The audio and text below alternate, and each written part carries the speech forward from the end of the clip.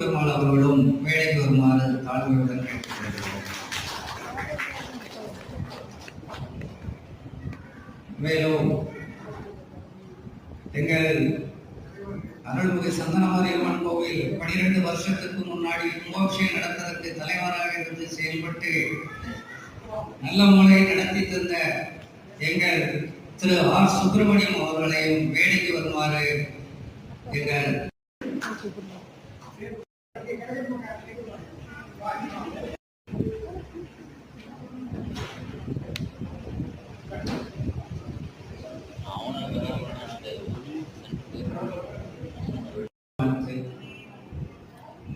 Thiru SKD Sivagnanam